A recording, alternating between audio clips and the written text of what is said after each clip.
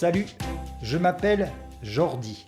Je suis professeur de français et créateur de Le French Club, le club de français 100% en ligne.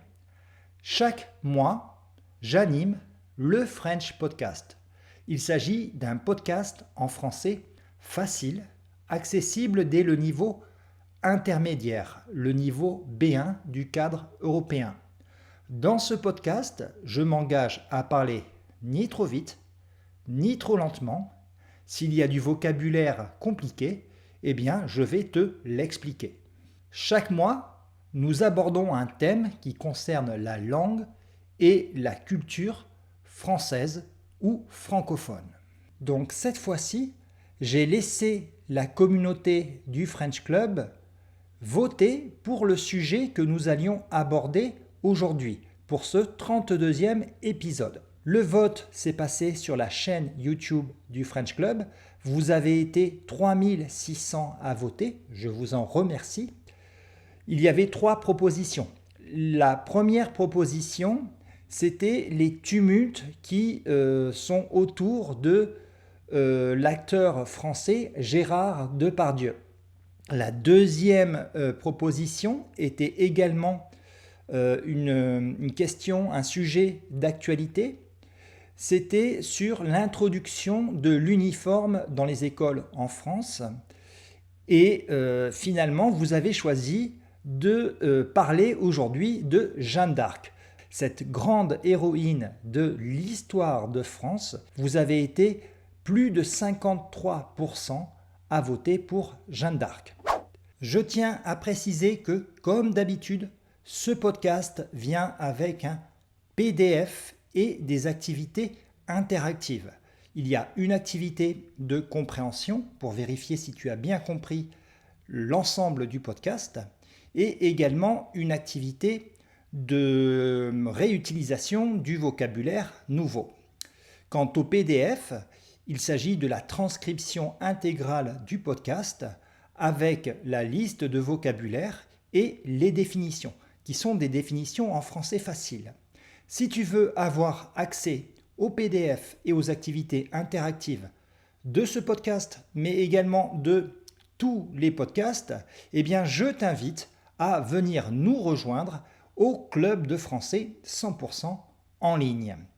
Et non seulement tu auras accès à tous les podcasts avec leur PDF, mais tu auras accès également à tous les cours de la plateforme du French Club. Donc bien sûr, je te laisse le lien dans la description de cette vidéo. L'épopée de Jeanne d'Arc, c'est le 32e épisode de ce French Podcast. Avant de te parler de Jeanne d'Arc, il faut absolument que je te parle du contexte historique dans lequel elle a vécu. En 1407, c'est-à-dire au début du XVe siècle, nous sommes en pleine guerre de 100 ans. En effet, depuis 70 ans déjà, les royaumes de France et d'Angleterre se disputent la souveraineté du territoire français. C'est-à-dire que pour une obscure guerre de succession, 2 rois se disputent le trône de France. Le trône, c'est le siège où est assis le roi. Il y a d'un côté Henri V, roi d'Angleterre, et de l'autre côté Charles VI, roi de France. Au début de la guerre, les Anglais écrasent, ça veut dire battre facilement, d'accord ? Ils écrasent les Français à la fameuse bataille d'Azincourt. C'est une grande victoire pour l'Angleterre et c'est une grande déroute pour la France. Alors le dauphin, c'est ainsi qu'on nomme l'héritier de la couronne de France, le futur roi de France. D'accord ? On l'appelle le dauphin. Le dauphin est obligé de fuir Paris. Paris qui est occupé par les Anglais et il se réfugie à Bourges, qui est une petite ville au sud de la Loire. Donc nous avons d'abord une guerre entre Français et Anglais. Ce qu'il est important de savoir, je crois, c'est que le roi Charles VI est très fragile mentalement, d'accord ? On dit qu'il est un peu fou. Son manque d'autorité politique a pour conséquence principale la fracturation de la France en deux camps, en deux parties. Nous avons d'un côté les Armagnacs, qui sont partisans du roi de France, et d'un autre côté les Bourguignons, qui sont partisans du roi d'Angleterre. Donc nous avons également une guerre civile. Donc tu vois que la situation en France à cette époque est extrêmement complexe parce que nous avons d'une part une guerre entre la France et l'Angleterre, mais nous avons également d'autre part une guerre civile entre les Français eux-mêmes. En 1428, les Anglais assiègent la ville d'Orléans située sur la Loire. La Loire, c'est un fleuve, une grande rivière qui sépare la partie nord de la partie sud de la France. Donc la situation est extrêmement critique. Les Anglais détiennent déjà tout le nord de la France. Ils détiennent également l'Aquitaine, qui est une grande province autour de la ville de Bordeaux. Et ils s'apprêtent à prendre la totalité du territoire français. Parce qu'en effet, si les Anglais prennent la ville d'Orléans, eh bien c'est la route vers toute la France du Sud.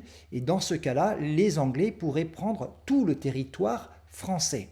Donc nous vivons un moment dramatique, peut-être même que la France est sur le point de disparaître.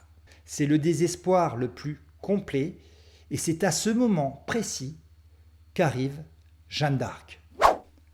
Alors, qui est cette fameuse Jeanne d'Arc ? Jeanne est née à Domrémy. C'est un petit village de Lorraine, une province située au nord-est de la France.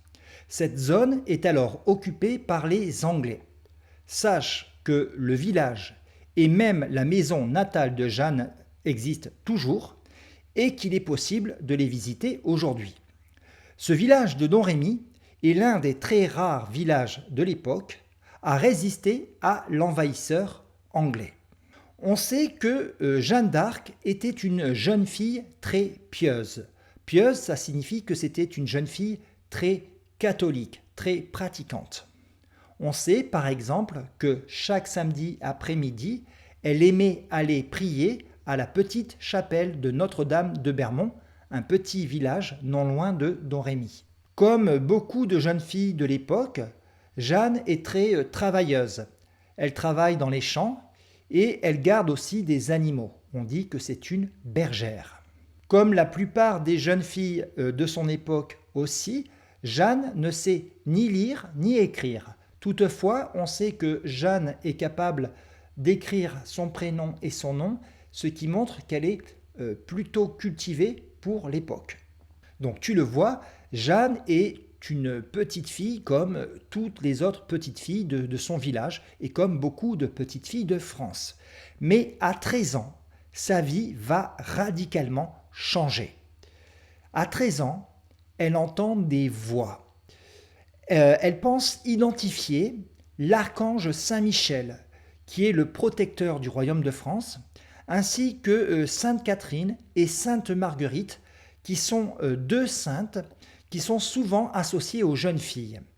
Ces voix lui ordonnent de libérer la France et lui donnent 3 missions divines. Divines, ça veut dire que ce sont des missions données par Dieu. La première mission, c'est de repousser les Anglais hors de la ville d'Orléans. Deuxième mission, mener le dauphin. Je te rappelle que le dauphin, c'est l'héritier de la couronne de France. Donc mener le dauphin Charles jusqu'au trône et le faire couronner roi. Et enfin, troisièmement, elle doit libérer la ville de Paris. Mais problème, Jeanne n'a que 13 ans et elle ne sait pas monter à cheval et elle n'a aucune connaissance, bien évidemment, de l'art de la guerre. Elle ne sait pas ce que c'est faire la guerre. Donc comment va-t-elle s'y prendre pour faire tout ce qu'on lui demande de faire ? Donc les années vont passer jusqu'à 17 ans. À 17 ans, après de nombreux échecs, elle finit enfin par convaincre une équipe de la mener jusqu'à Chinon, dans le centre-ouest de la France, où réside le futur roi Charles VI. Donc elle monte à cheval, elle s'habille et se coupe les cheveux comme un homme. Alors il semblerait qu'elle ait fait ceci pour se protéger. Parce qu'en effet, lorsqu'une femme se faisait capturer en temps de guerre, elle subissait de graves sévices, c'est-à-dire qu'elle subissait de très mauvais traitements. Cette traversée de la France d'est en ouest était particulièrement périlleuse et a duré une dizaine de jours environ. La légende raconte que lorsque Jeanne se présente au futur roi, celui-ci se serait dissimulé, se serait caché au milieu de ses courtisans. Les courtisans, ce sont les personnes qui vivent autour du roi. C'est-à-dire que le roi se serait déguisé en inconnu finalement. Et inversement, un inconnu de la cour se serait quant à lui déguisé en dauphin, en futur roi. Et comme Jeanne insistait vraiment pour rencontrer le dauphin, on présenta d'abord ce faux roi à Jeanne. Le dauphin, quant à lui, était en position de spectateur. Mais quand elle aperçoit le véritable dauphin déguisé en courtisan, Jeanne le reconnaît formellement, bien qu'elle ne l'ait jamais vu. Je te rappelle qu'à cette époque, le dauphin n'avait ni compte Twitter, ni compte Instagram, que la télévision n'existait pas, que les journaux n'existaient pas non plus. Donc elle ne savait pas à quoi il ressemblait. Elle lui fit la révérence et ajouta : « Très noble seigneur dauphin, je suis envoyé de par Dieu pour apporter du secours à vous et à votre royaume. » Alors ceux qui aiment les histoires extraordinaires seront ravis de cette version. En revanche, ceux qui sont plus rationnels, les auditeurs qui sont plus rationnels, préféreront sans doute la thèse de certains historiens qui rappellent que Jeanne est arrivée à Chinon quelques jours avant cette rencontre officielle et que les deux, c'est-à-dire Jeanne et le dauphin, auraient pu se rencontrer une première fois en privé, en secret, en cachette. Donc il s'agirait peut-être d'une mise en scène du dauphin. Quoi qu'il en soit, cette jeune femme, très jeune femme, je te rappelle qu'au XXIe siècle, à notre époque, nous considérons qu'une jeune femme de 17 ans est encore une adolescente. Elle se voit promue chef de guerre. Elle qui n'a aucune expérience militaire, elle qui ne savait pas monter à cheval il y a encore quelque temps, la voilà chef de guerre. Ça, c'est un premier miracle. Et souviens-toi que Jeanne ne sait ni lire ni écrire. Cependant, elle a le verbe haut, c'est-à-dire que c'est une femme qui parle très très bien. Elle demande qu'on écrive une lettre au roi d'Angleterre qui se termine de la façon suivante. « Je suis ici envoyé de par Dieu, le roi du ciel, pour vous chasser hors de toute la France. » Au combat, l'incroyable foi de Jeanne d'Arc va redonner courage à toutes les troupes françaises et même à tout un pays. Gravement blessée sur un champ de bataille, Jeanne d'Arc continue de mener les hommes au combat. Elle remporte bataille après bataille. Après chaque victoire, elle s'agenouille, c'est-à-dire qu'elle se pose sur les genoux, ça c'est le verbe s'agenouiller, d'accord ? Elle s'agenouille devant des soldats anglais mortellement blessés pour prendre pitié d'eux et prier. Ce qui signifie qu'elle fait preuve d'une grande compassion, toute chrétienne, devant ses ennemis. Alors que les Français semblaient enlisés dans cette guerre, enlisé, cela signifie qu'on est dans une mauvaise situation et qu'on n'arrive pas à sortir de cette mauvaise situation. Alors que les Français semblaient également à bout de force, en moins de 10 jours seulement, grâce à son courage, grâce à son exemplarité, alors qu'elle n'avait, je le répète, aucune expérience militaire, Jeanne reprend la ville d'Orléans aux Anglais. Le doute change alors de camp. Parce que les Français pensent réellement, en voyant Jeanne, que Dieu était de leur côté. Et inversement, les Anglais commencent à douter. Ils pensent que Dieu n'est pas de leur côté. Et sur les champs de bataille, les soldats anglais sont effrayés, ils ont très très peur à la simple vue de celle qu'on appelle désormais la pucelle d'Orléans. Jargeau, Meun-sur-Loire, Beaugency, les batailles remportées par les troupes françaises s'enchaînent. Elle convainc alors le dauphin de prendre la route vers l'est et la ville de Reims, située à 150 km à l'est de Paris. Cette ville de Reims est connue de tous les petits Français qui apprennent l'histoire. En effet, c'est en la cathédrale de Reims qu'ont lieu tous les sacres des rois de France. Donc Jeanne et le dauphin prennent la direction de Reims et elle y fait sacrer et couronner le dauphin qui devient par conséquent Charles VII, roi de France. Donc souviens-toi, Jeanne d'Arc avait reçu trois missions divines. Premièrement, libérer Orléans, elle l'a fait. Faire couronner le roi Charles VII, elle vient juste de le faire. Et donc, il lui reste une troisième mission, libérer Paris. Et c'est naturellement que Jeanne prend ensuite la direction de Paris. Elle a l'intention de rééditer, de recommencer son exploit d'Orléans. Ce sera malheureusement un échec. Un échec, c'est le contraire d'un succès. C'est un premier échec pour Jeanne d'Arc. Par ailleurs, maintenant qu'il a été couronné, il semblerait que le roi Charles VII perd l'intérêt qu'il portait à Jeanne d'Arc. Jeanne passe au second plan. Peu à peu, il abandonne la jeune pucelle. Jeanne tente encore de libérer la ville de Compiègne, qui est située dans le nord de la France. Cette fois-ci, la jeune fille est faite prisonnière par les Bourguignons. Souviens-toi que les Bourguignons viennent de cette province qui est alliée aux Anglais. Donc dans un premier temps, Jeanne d'Arc est enfermée au château de Beaurevoir.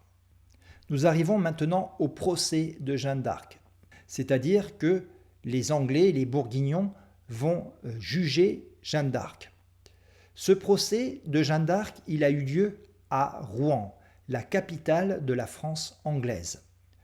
Jeanne est enfermée dans un cachot. Un cachot, c'est une très petite pièce, très sombre, où il n'y a pas de lumière. Et Jeanne est enfermée dans un cachot de Bouvreuil. Bouvreuil, c'est un grand château, une grande forteresse où siège le pouvoir anglais. Donc le tribunal qui va juger Jeanne d'Arc est un tribunal de l'Inquisition, c'est-à-dire un tribunal religieux. Elle est jugée par l'évêque Cochon, un collaborateur de l'occupant anglais. Alors de ce procès, il reste de nombreuses traces écrites et on sait qu'il y a eu plusieurs vices de procédure, c'est-à-dire que les procédures du procès n'ont pas été respectées. Par ailleurs, la pauvre Jeanne n'avait pas d'avocat pour la défendre.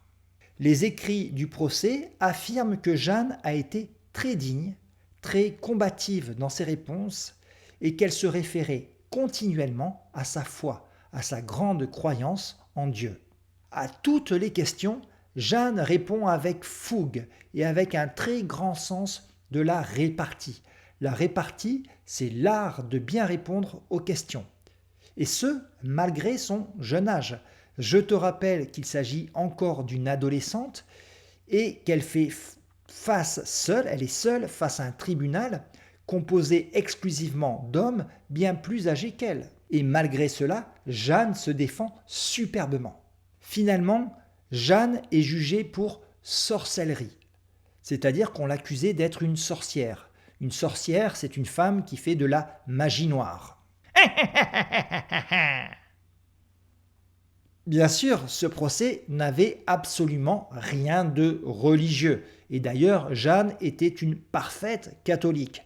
Il s'agissait en réalité d'un procès politique financé par la couronne d'Angleterre qui cherchait à décrédibiliser, c'est-à-dire à enlever le crédit du roi de France Charles VII. Le 30 mai 1431, Jeanne d'Arc est portée jusqu'au bûcher qui se trouve sur la place du Vieux Marché de Rouen, où elle a été brûlée vive. Alors après ce triste dénouement, après cette triste fin, intéressons-nous maintenant aux conséquences de l'intervention de Jeanne d'Arc dans l'histoire de France. La première chose, c'est le rôle de Jeanne d'Arc dans la guerre de Cent Ans.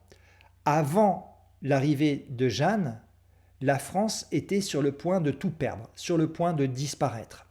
Et avec l'arrivée de Jeanne, les Français ont enchaîné victoire sur victoire jusqu'à la fameuse bataille de Castillon, qui est une petite ville du sud-ouest de la France, en 1453. À la bataille de Castillon, les Français disposaient d'une arme nouvelle, l'artillerie de campagne. Il s'agissait en réalité de canons qui pouvaient se déplacer avec les troupes et cela a donné un avantage technologique aux Français considérable. Cette bataille a ouvert la route vers Bordeaux. Bordeaux, c'est le grand port qui est historiquement l'allié des Anglais. D'ailleurs, si tu as écouté mon podcast sur le rugby en France, tu sais que Bordeaux a toujours eu des relations privilégiées avec l'Angleterre. La bataille de Bordeaux est la dernière bataille de la guerre de Cent Ans et ce sera une victoire définitive des Français sur les Anglais. Alors 3 ans plus tard, 3 ans après la fin de la guerre de Cent Ans et 24 ans après la mort de Jeanne d'Arc, l'Église rouvre le procès de Jeanne et a condamné les fautes graves commises durant le premier procès qui sera considéré comme nul, non avenu, sans valeur ni effet. Ce deuxième procès réhabilite entièrement Jeanne d'Arc. Réhabiliter, ça veut dire qu'on considère que Jeanne d'Arc est complètement innocente. Alors ce procès où Jeanne a été réhabilitée a été l'objet d'un magnifique film documentaire diffusé récemment sur France Télévisions qui s'appelle L'affaire Jeanne d'Arc. Alors ce documentaire est disponible gratuitement sur la plateforme de France Télévisions. Je crois qu'il suffit de se créer un compte. Je te laisse bien sûr le lien dans la description de cette vidéo. Et alors la troisième conséquence, c'est qu'au début du siècle dernier, donc au début du XXe siècle, alors que la France doit faire face à un nouvel envahisseur, l'Allemagne cette fois-ci, Jeanne est reconnue comme une sainte. Donc non seulement elle était innocente, mais en plus elle est reconnue par l'Église comme une sainte. Les statues de Jeanne d'Arc ornent désormais la plupart des églises de France et on retrouve également des statues de Jeanne dans beaucoup de villes françaises. Encore une fois, la communauté du French Club, en choisissant ce sujet, a fait un excellent choix. Parce que Jeanne d'Arc, ce n'est pas un simple épisode de l'histoire de France. C'est bien plus que cela. Jeanne d'Arc, c'est une histoire finalement universelle. C'est un grand classique dans lequel chacun et chacune pourra se reconnaître. C'est l'histoire d'une jeune femme qui, au moment où tout semblait perdu, s'est levée contre l'oppresseur, a redonné espoir jusqu'à la victoire. Eh bien, c'est cette histoire que je voulais partager dans ce 32e épisode du French Podcast. Alors, comment, après cette conclusion si grave, si dramatique, je vais pouvoir faire mon appel à l'action et t'inviter à devenir membre du club de français en ligne? Je ne sais pas. Je crois que je ne vais pas le faire tout simplement. Tu as le lien dans la description de la vidéo. De toute façon, voilà. Je te dis à la semaine prochaine sur la chaîne YouTube du French Club. À très bientôt.